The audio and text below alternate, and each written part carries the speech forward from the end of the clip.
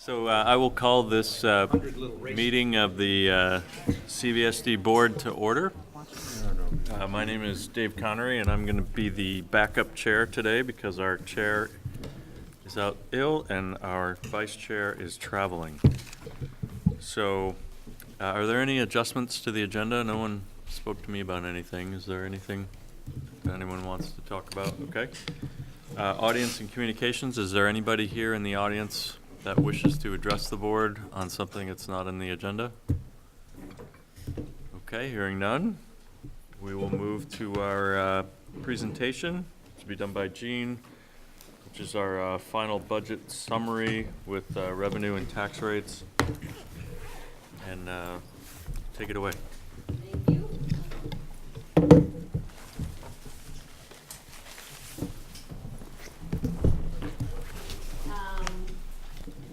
Elaine sends her, sorry she couldn't be here tonight. She had a family emergency that she had to attend to. So we're a little depleted, but I'm sure the rest of us will carry get through this together.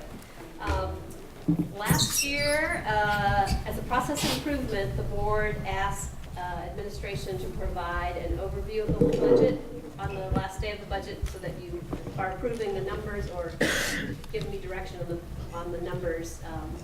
We actually approved them in 2 weeks, but give them the direction in some kind of context. We often, in the past, have just gone through the first three context or budget summary pieces, and then we have a holiday, and then we come back and I say, here are the numbers, and it's good to have a refresher. So with that, this is sort of the first try at it. I'm going to tell you that Elaine did most of the work on this. She did a really nice job putting the PowerPoint together. I'll get through it as best I can with the help of the Colt team here. And if it addresses what the board asked for, that would be good to know. If we're missing something, let us know. Thank you. People want copies? Both, yeah.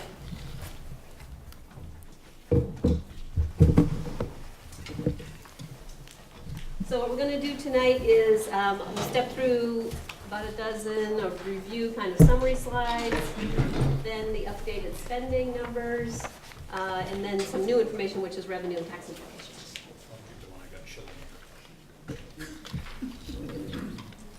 So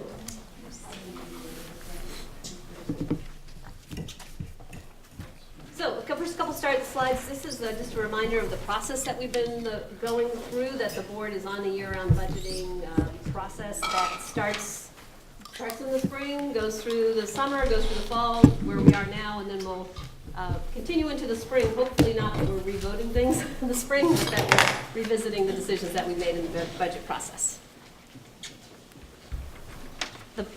Just to overview a couple of those steps, what they are. So we had a summary, we did some work on board goals.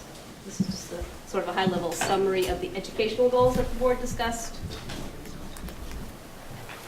Then we looked at a strategic model, a 5-year model that the board had put together the prior year as to where we would like the sort of our headlights on where we would like to go with as a budget. That was in September. Administration put together a set of assumptions that were sort of the basis of what of the budget that administration was putting together. So there's a certain amount of how much is fuel going to go up, how much is salary going to go up, how much are healthcare going to go up. Those sort of, they're not educational decisions, they're budget decisions, and we just reviewed with the board what those assumptions were. So that was the work that we did internally, and then we moved on to the budget forum. Thank you. Kelly, I was waiting for that. You would throw that word out for me. So the budget forum was October 30th, which we had here to get some input from the community, stakeholders. And then we used all that information. That's sort of the board view of the year-round budgeting work. In parallel with that was the administrative work. Where Elaine was meeting several times with building administration on what their needs and wants and goals were. And in parallel, it all came together in November, where we pulled all the numbers together and started doing the work behind the scenes to get to the point where we felt we were achieving the educational goals from the board and also the financial goals from the board into a budget that is supported by administration and proposed by the administration. That's where we came to now. So the major budget components we reviewed. Hopefully none of this is new to you because we just did it recently. So we did special ed in November, and then actually we did it in December. The 4th, 11th, and the 18th, right? We had back-to-back because of our snowstorm. We had 3 reviews on the first 3, and we tacked on central office. So I have like a couple of slides on each of those, just as the overview. I have actually 1 slide on special ed. So as a reminder on special ed is developed bottoms up based on the kids that we have at the school who need services. It starts in the summer. Megan and her special ed directors and the rest of the staff put together what they need for kids. They all get together to look at the numbers, look at trends, look at is there things that need to be addressed in any sort of umbrella kind of way. One focus area. Megan, I'm going to keep talking, then I'm going to stop and let you fill it in. One umbrella topic that they had in this first pass roll-up was moving towards our best practices of having our most qualified teachers helping our most needy kids. And that means moving away from paraeducators into specialists, or to licensed. Special educators, licensed professionals. Yeah. So after the first round, as a group, their decision was to go back and look with a little sharper, take a little sharper pencil to the supports that we had and see if there was anything they could do. They came back in round 2 with some reductions in that area to get us more towards a best practices model. Anything you want to add to that? I don't have anything to add. If we're gonna present a chart like this that shows the dollar increases, could we show the base? Like, what is the total number for special education in that line item, so we can see like 573 on a budget of 20 million? That's all. Yeah, thanks, Dave. Actually, I do want to also mention, not necessarily to that point, but just as a reminder, this isn't necessarily a community presentation, because this is sort of a reminder presentation for you guys.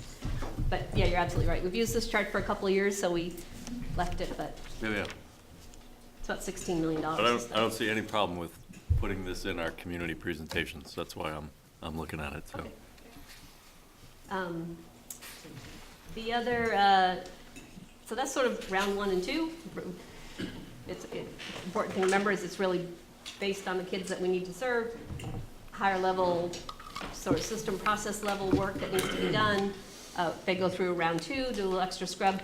The one you don't really hear about, but you will notice if you were to compare this to a prior version, is that round 3 is the kids in our system have changed since we started this process in August or before. And so, 4 of them, for example, that moved in right, that weren't there when we originally planned. right. So the one that, a lot of puts and takes that we ran through since the presentation on December 4th, but one thing you would see is there's about $150,000 more tuition, where we tuition out kids to other services, which is entirely based on move-ins to the district. So. Just the other thing to keep in the back of your mind is that special ed, at least right now, is still offset by revenue. So, so as the increases, as the expense increases, the revenue increases for one other year. One more year. One more year. So it tempers a little bit the impact on special ed. That's the only slide I have on special ed, so if there's any more questions, now would be the time to ask.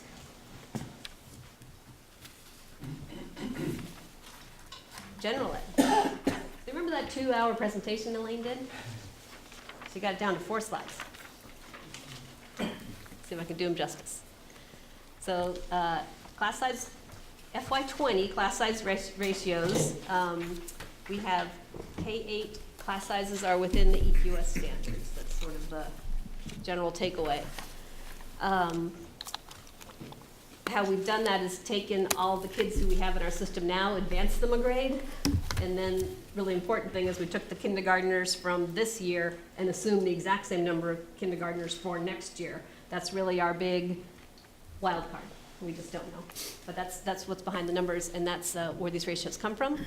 CVU, you can see that it's kind of an odd number, how to get an average class size for CVU. It's sort of the average across the disciplines. You have a chart in Elaine's deck that has, class sizes for math, class sizes for English, class sizes for social studies, and this is just sort of the range. I'm sorry, not the average, but the range. There's no NA for EQS because high school, remember the high school EQS standard is how many kids a teacher is addressing in a semester. Have we seen a lot of for kindergarten, there was pre-registration this year. They started like early sending out the pre-registration. Have we seen a lot of people responding to that? And we have lots of principals in the room. Haven't heard yet. Greg, you getting a lot of feedback on your pre-registration, pre-kindergarten registration? Feedback I in mean, what sense? are people signing up? Sure, yeah, I don't know exactly numbers and where we stand compared to other years. But Early, so it's hard to compare to early. Yeah.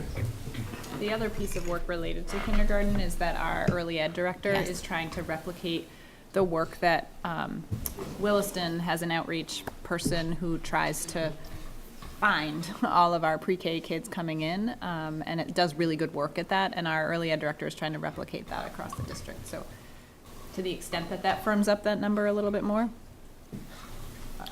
Awesome. Yep. Yeah, we have a better handle on all our pre-kindergarten kids these days. Right. So we should be able to get closer. But Yep. Just a quick comment on that, just from a Williston standpoint, it's of interest because the local paper just highlighted last week that there's 400 more units coming on in Williston starting being built this year, neighborhoods and things like that on top of everything that's already in process and being built in Community Crossing. And I've always just thought that we will see more than we expect, so just something to keep an eye on. Yep. Just a comment.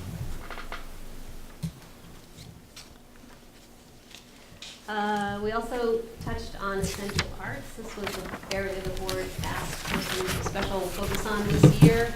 As you can see on this chart, which shows for art, music, PE, world language, and family, consumer science, tech ed, they're very different between schools, but very similar at the bottom line.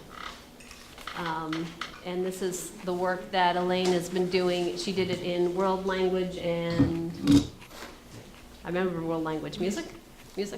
And the board had asked, well, are there differences in outcomes given the different programmatic, the way we've staffed the resource in the K-8s?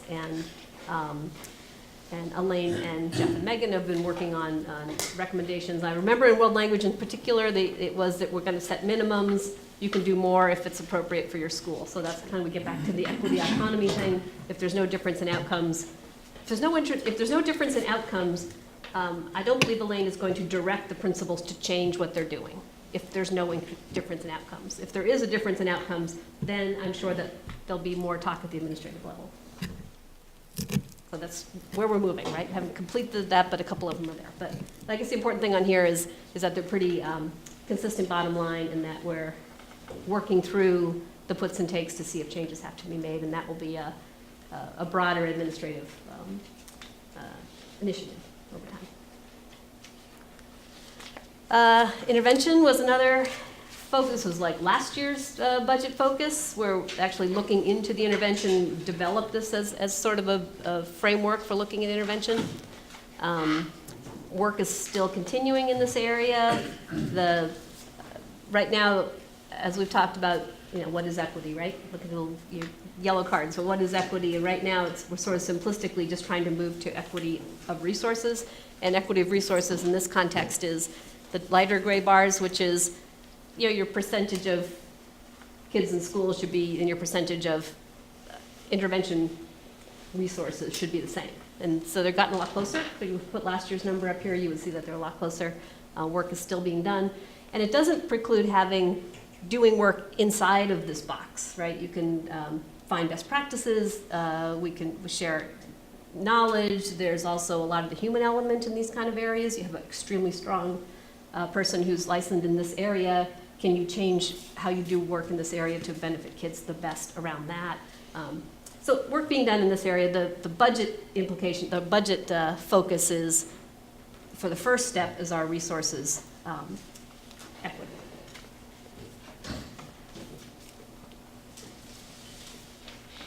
And finally, the board asked for a very clear listing of the personnel changes that are in, or personnel position changes that are listed in the budget. So I'm just going to walk through them. So in our K-1s classrooms, the budget is removing a position, a kindergarten position in Charlotte, Heinsberg, and Shelburne, and adding 2 in Allenbrook.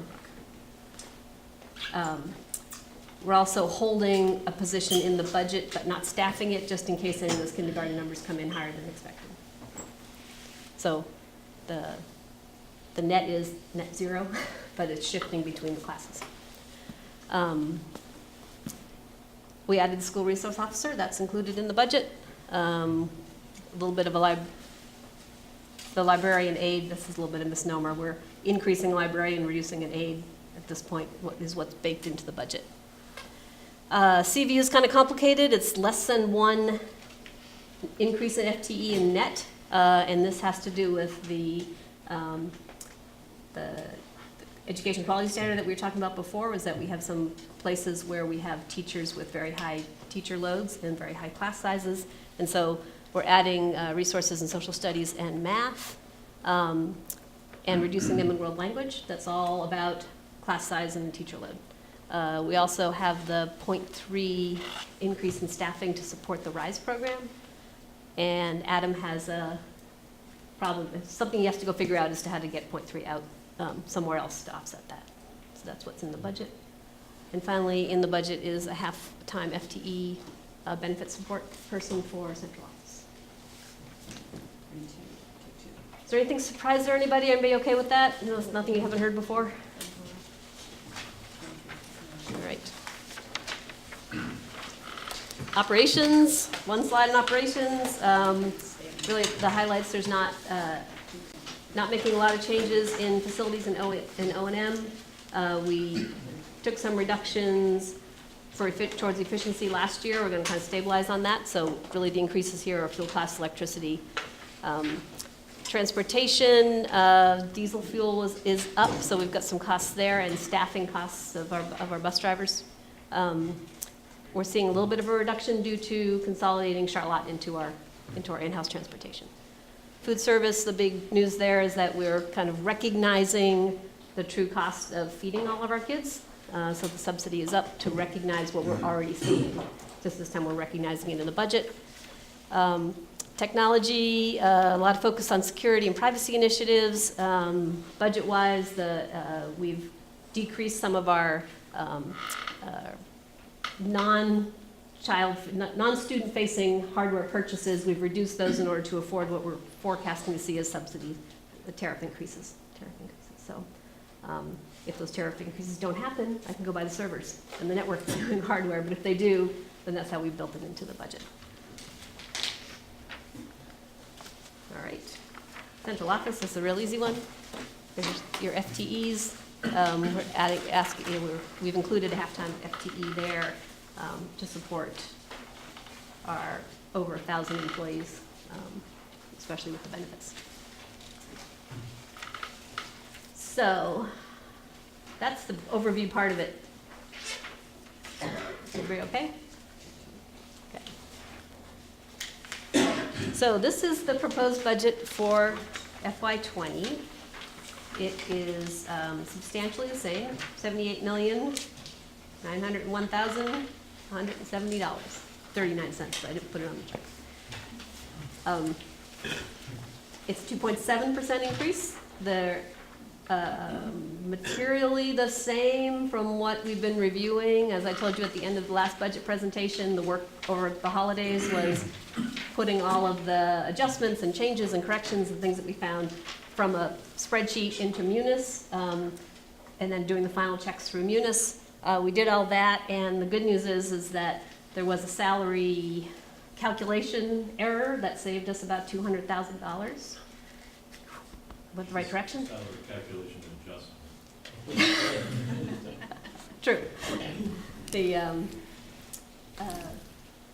and to be fair to Mark, they did check all the numbers early in October, somewhere between October and December, the numbers in Munis changed, but it's a Munis thing.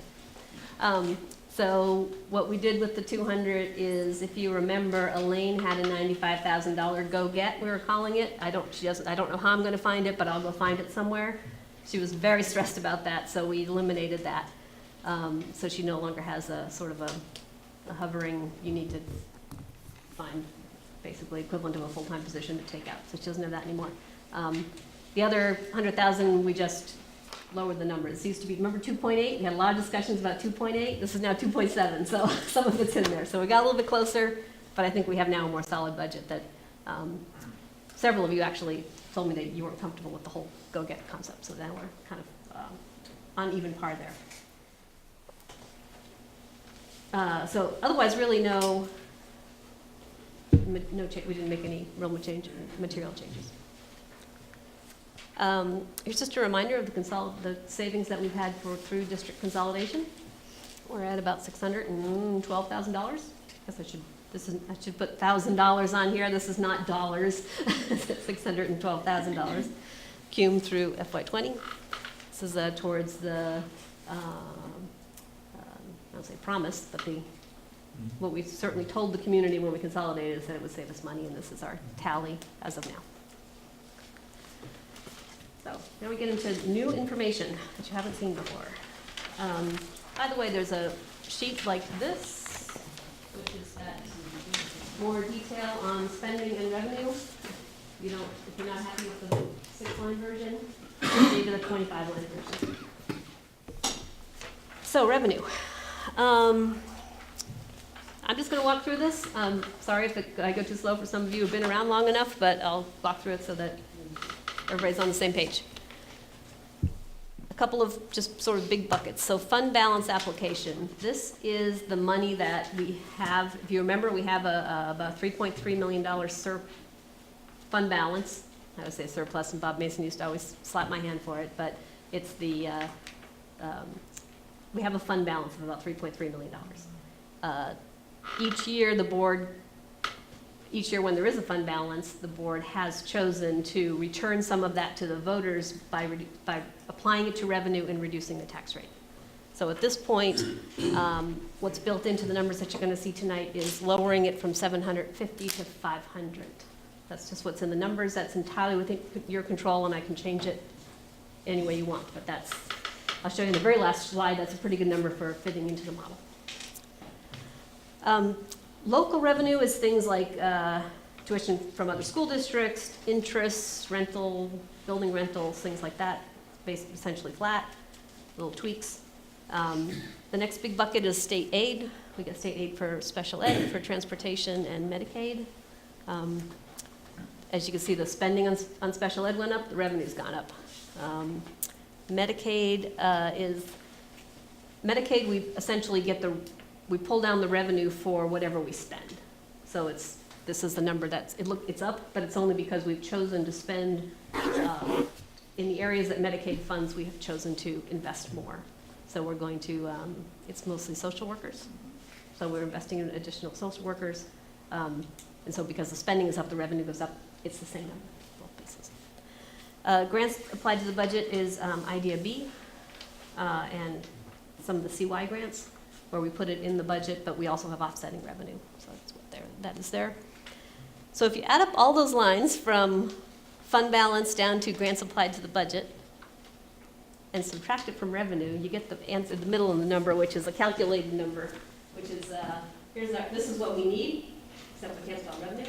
This is what we need. These hopefully match what you saw on the expense side. This is the revenue we need. This is the stuff that we're getting outside of the state education spending grant, and that's the state education spending grant.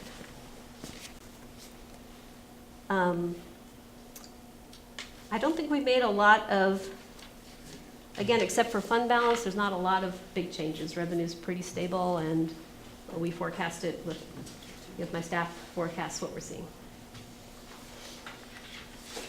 Questions on revenue? Okay, let's get into the fun stuff. All right. Starting at the top. So this is the calculation of all the numbers I've just shown you translated into a pre-CLA tax rate. So this is the number that is going to be common across everybody before you get into property values by town. So let's start at the top. Equalized pupil count. Jocelyn's an expert on this. Would you like to take?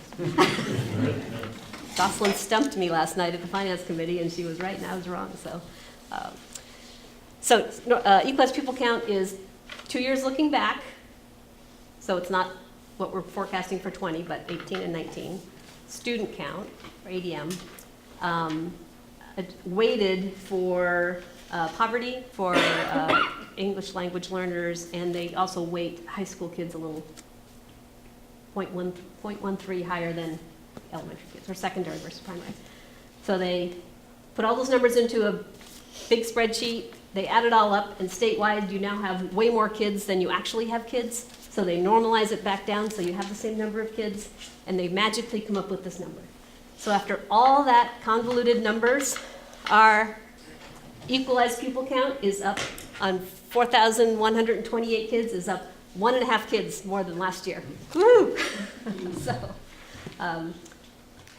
it's not, I should say it's not final number. They're still playing with it. So I've had some, because you have to weight average it across the whole state, if anybody in the state is missing numbers, it's not final, so we're still waiting. But I actually at 4 o'clock got a new number and it was 3 kids higher. So we're going in the right direction. So while the whole state is losing kids, we're even or slightly better, which is great news for tax rate. So let's see, so put equalized pupil count, it's just leave that number there for now. We'll keep going on the next one. Ed spending, the 78901 is the spending number that you should be familiar with by now. It's a 2.7% increase. We just talked about revenue, fund balance, net ed spending. When you do that, we subtract all that. When you take the 78 million and subtract local revenue and fund balance, you get net ed spending. The increase on net ed spending is important because that's what the tax rate is calculated off of. And it's up 2.45%.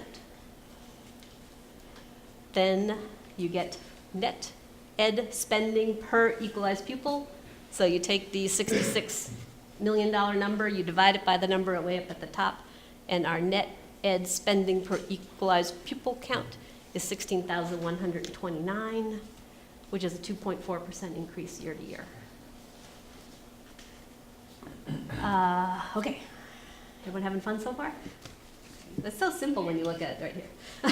Try to explain it in front of the town meeting next month, or a couple months, and tell me. So that is the number that, as a board, you folks control. That's the number that is entirely within the calculations and the decisions that you're making. Then you get into the state numbers. So we get to yield. Yield is a number that's put out by the tax commissioner, came out in December. Really simplistically, and leaving out really complicated things like it's not all property tax. Yield is supposed to be what $1 on the tax rate, if you charge everybody's property tax $1 on the tax rate, what you could afford in per pupil spending. That ignores the fact that there are lots of people who don't pay on property tax, and it ignores the fact that there's non-homestead property tax. So it's really simplistic, but sort of that's the concept. So they have a yield for property tax, which I'm showing you here. There's also a yield on income tax. So it's a very complex set of calculations, but for our purpose, they gave us a yield number of 10,666. So if $1 will get you 1066 and we want 16,129, you divide them and you say, well, to use just ratioing it, I need $1.51 on the tax rate in order to raise my 16,129. So it's just division. So $1.51 would be the tax rate in a normal situation, except we're still benefiting from our consolidation incentive. So we get 6 cents off of that, which leaves us as a pre-CLA tax rate of $1.45, which is 1 cent lower than last year, which is not unimportant to taxpayers.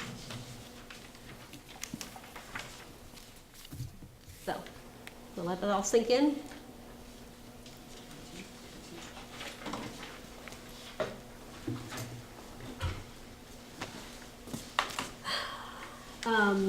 I put this note at the bottom just because I wanted to remember to say is that, just like the equalized pupil count isn't finalized, yield is not finalized until the legislature votes on it, which usually happens in May.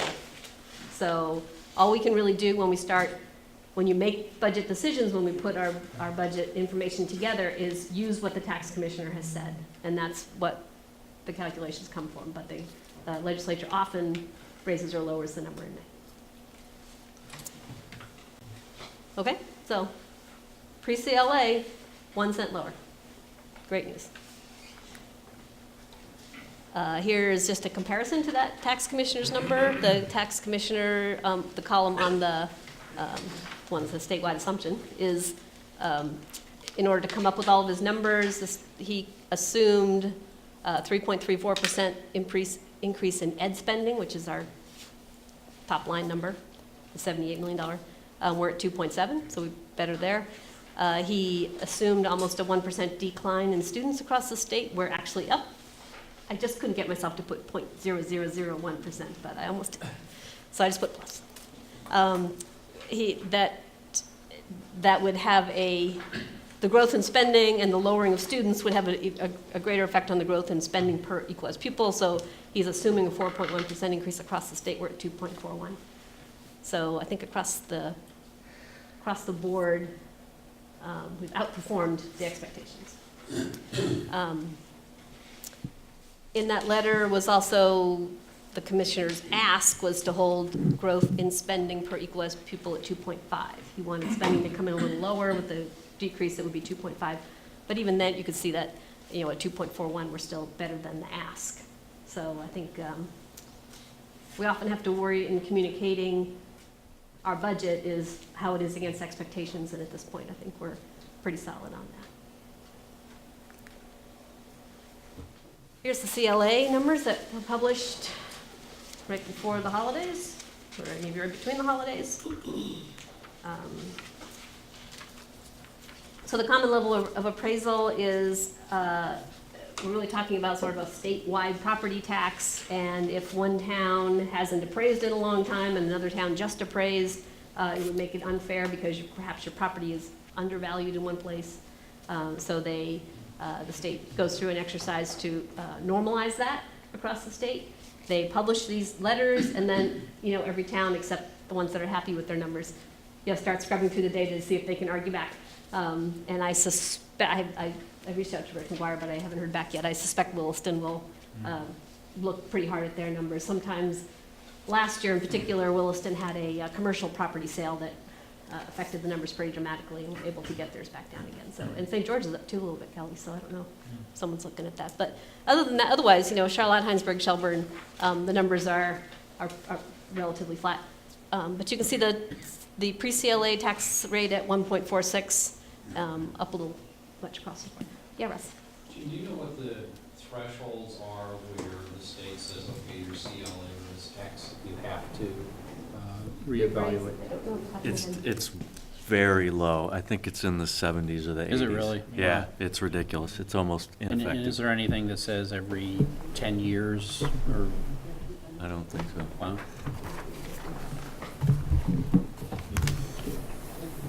So that's really what I have on the budget. I have one more slide because go back to fund balance, but this is sort of the story on budget.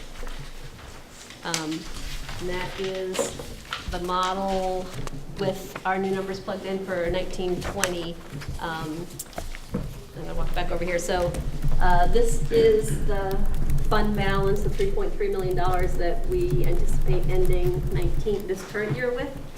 What we're saying in the numbers you're looking at is that we would use $500,000 of that to apply it to revenue, which reduces the tax rate. So that's here. I've also, on the 18th, asked for $1 million of this 3.3 to apply to construction projects. I gave you guys a pretty long list of construction projects that we would like to get going on. If we approve that in 2 weeks, then it would leave $1.8 million left in the fund balance. the tricky thing with fund balance is that you don't want to use it all up and have nothing left the next year, because then you have a big hole in your revenue, because a spike in the tax rate. So this just, we just play with the numbers enough to get, to prove to ourselves that we could get to a sort of a coasting down, a stepping down to the final number there on the bottom right, which is just over $1 million, which is what our auditors want us to hold for a reserve fund. So I'm pretty comfortable that those two, the $500,000 on the fund balance, and if you choose to do the $1 million on construction, would leave us in a good place fund balance wise. Yep, Russ? So the auditors say $1 million and change, or is it a percentage, or what is it that they're? No, I don't think it's they've said about $1 million, and I assume this is a couple years out, so I gave it a little bit more money. Yeah. Really, it's a balance on what risk you have, and the risk that we have as a school district is, $1 million on 78 doesn't sound like anything, but it's really going to be special ed costs that surprise us or something like that. It's not, we have insurance for things that are going to be bad. We could go back to the voters if we had some kind of a thing that, I remember Milton a few years ago had a mold problem that they had to go back to the voters. So we have a lot of other ways to deal with things, so they don't think we need 3 months worth of expense or revenue or anything. About $1 million is what they're comfortable with. Okay, thank you.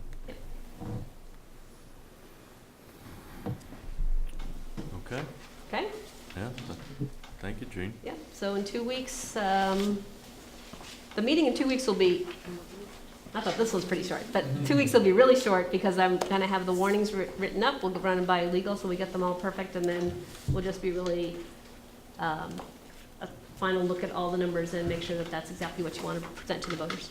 So you'll have an article for the budget, Yep, an article for fund balance, yep, an article for buses, yep. and an article for transferring to the construction fund. That might be in the fund balance one, Oh, it might be in the fund balance. Yeah. Okay. All right. because the fund balance one is approved using this much for this, and the rest for future. So I think it'll all be in one, but I'll just make sure. Okay. Just make sure it's not a confusing Yeah, I if know. A then B, state of Florida type question. Thank you. Yeah. All right, that's right, I'm not watching. Sorry. Okay, are there any further questions for Jean? Everybody is satisfied, okay. We'll move on to 4.2, which is budget flyer and communications. Are you leading this discussion, or? I can start it off. Okay, Absolutely. So I have a detailed outline of the work that was done in the past to help communicate the budget once we have a proposed final budget. Okay.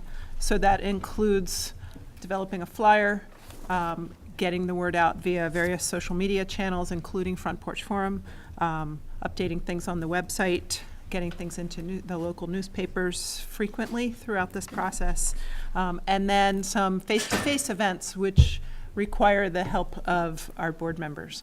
So I have a list of, and I have copies and we'll share this, but essentially by town, all of the various events that happened last year and the dates that they happened, and they range from visiting with, attending a select board meeting, meeting with the FAP, PTO, PIE, whatever it's called in the various school, attending town meeting the night before the vote and doing a presentation there. So there are, and then others, senior center, going to the senior centers in some towns, rotaries, and then live forums on Channel 17, coffee with the superintendent, so there's a long list of great events that have happened in the past.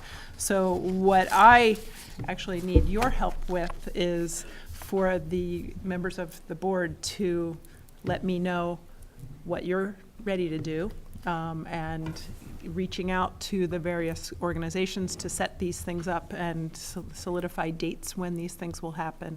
On my part, I will help get, with Jean, the presentation ready that everyone will use, some beautiful trifolds and other materials. So things will be ready to hand to board members when it's time to get out and spread the message, Okay. so. Yeah, that sounds good. Circulating that or sending us a list of events in a Google Doc that we can sign up for is also helpful. I've got that ready, so if it's a Google Doc, that's great. If you Okay. want to just take a look now, just to have your head start thinking about it, we can Yeah. do that as well. And I think I speak for Lynn and others that I think we're not asking all board members to cover all events. I would just ask that within each town, folks try to cover events within your town that are traditional and you think are valuable. I think last year we had a couple events that we went to that were very sparsely attended and may come off this list, so do what you're comfortable with, but don't feel like you need to go all over the district. So, with regard to events, flyer, what do you? Dave, can I just interject that we Yeah. also did last year, that, you know, I know that the reps from the particular town address the select board just from a point of, they're the rep in that town and they direct, but as far as the other events, they were open to other members of other, you know, so like if there's something in Williston or Heinsberg that you see and you're not from that area and you have time to go to that event, then please sign up for that event too. Absolutely, Yeah, great, absolutely.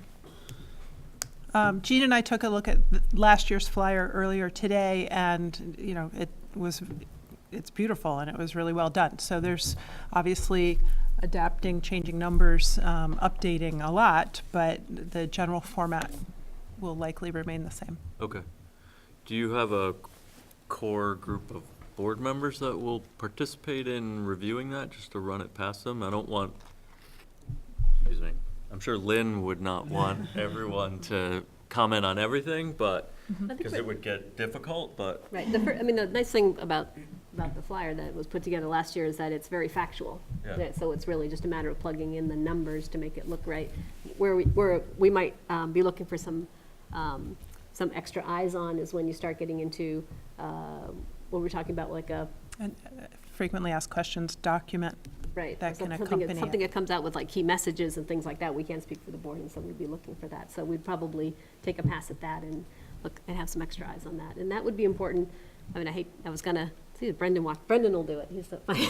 yeah, Yeah, you know, that's messaging and really belongs to the whole board, not the finance committee, so, so we could, we'll take a look at it and send it around, and people who are interested can,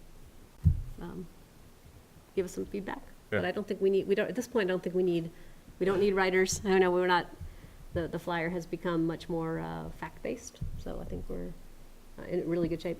Thank you, Kelly. Really good shape for, Yeah. going forward. great. That sounds good. Yeah, that seems manageable. Yeah. Is there anything that scares you or worries you No, not that at you would this say in a point. public forum? No, okay, great. That's great. Any other questions? No? Okay, so we'll move on to 5.1, discussion matters, the risk management presentation. So what this is, and believe it or not, Lynn called me after her surgery to explain this to me.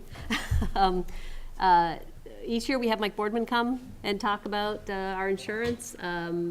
The work that Lynn and Elaine were trying to fit everything into a very packed work plan, and she wanted to ask the board if the board was comfortable only seeing Mike Boardman every other year instead of every year, or alternately have every other year they go to the finance committee. He goes to the finance committee. I mean, I can tell you that we did not make any big changes to our insurance coverage, so everything that he told you last year would still be valid.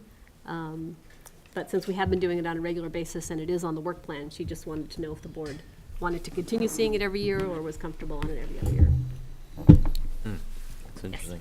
Yeah. I mean, having sat through that presentation a number of times, I don't necessarily think we need to see it every year. But I'm just curious, do things change now that we have a security officer? Ah, good question. You know, first of all, the answer is that having a security officer is covered in our insurance. The second point is that one reason we Does don't. it lower our, No, it doesn't lower it, doesn't No, lower just it. kidding. No. The second thing is that's sort of the last final point we're trying to close on the contract is that liability language on the contract. But no, insurance-wise, we're covered. And then my only other question on that, because the only other thing I can think of that answers is for spending, we're going to be spending more money on security, implementation of security. Does that help in any way, or is it just kind of a wash? I could ask, but I think probably in general, I doubt it, the but reason I we're doing mean- more security is because the risks are higher. We're trying to stay even, Mm-hmm. but that's a good question. I could push him on that. Hopefully, he's not watching this, so he won't know my negotiating strategy. I guess I would say that I don't mind seeing that every year. I feel like I feel like some things were like, oh, everything's status quo, we don't need to check. You know, maybe we can push that out to every other year. But I just feel like, things happened in Parkland, Florida that changed the way we did things, and now we have the security officer that I'm hesitant to not address him and talk to him and ask about certain issues, because it's always a long conversation and people always ask I a lot know, of questions. right. We always put him on the agenda for 10 minutes, and he's here half. Yeah. And I don't care that it's long, I just care that people are asking questions and that we're revisiting it. So that's my, as deputy vice backup emeritus chair. So if others have a different opinion, just, speak up. So. I actually think, given the fact that we have such a large percentage of newer board members, it would be worthwhile to make us old people sit through it again. That is an excellent point as well. You're right. Okay. Well, I'm sure Lynn got that since she's watching on camera. Hi, Lynn. Hey, Len. Okay. All right. Sure. If it's not a problem, and Mike's more than happy to do it, it's just, Okay. it was a work plan thing. So on the day he's here, you're not allowed to complain to Lynn about how long the meeting is. He's only on again. That's okay. So we just won't That's ask okay. All right. So our next meeting will be 2 weeks from tonight, January 22nd. It will be here at 6 o'clock, and it's our final presentation of the budget articles. It should be hopefully a 20-minute meeting. Well, it But I should be need a short there'll be meeting, a but we have quorum. no idea what else will be added to the Agenda between now and agenda. then. I mean, if it is a 20-minute meeting, we should find 40 minutes of items to discuss, so, at least. We might have as you know, the bus cameras that we're putting cameras on our buses for safety and security. We have not turned them on yet because we're holding off for policies and procedures to be quite clear, so Okay. perhaps that would be something we could slide on the We agenda. should talk to the chair of the policy Policy committee committee. about that. It's crazy. I also, I participated in the 5th and 6th grade, and Williston Central School did this whole study on garbageology that was really good, and I don't know at what point to say, like, I would love to have one of those little groups that did their presentation just come in and do 10 minutes for us. How does that work? How do we get them on that schedule? 'Cause- Well, that's literally that's your work plan, but it's a good suggestion for the Yeah. executive committee. Okay. Yeah, just bring it up to Lynn. Okay, yeah. Controls the agenda, so, absolutely, Perfect, but it's yeah. great. I mean, Sounds they did so much work.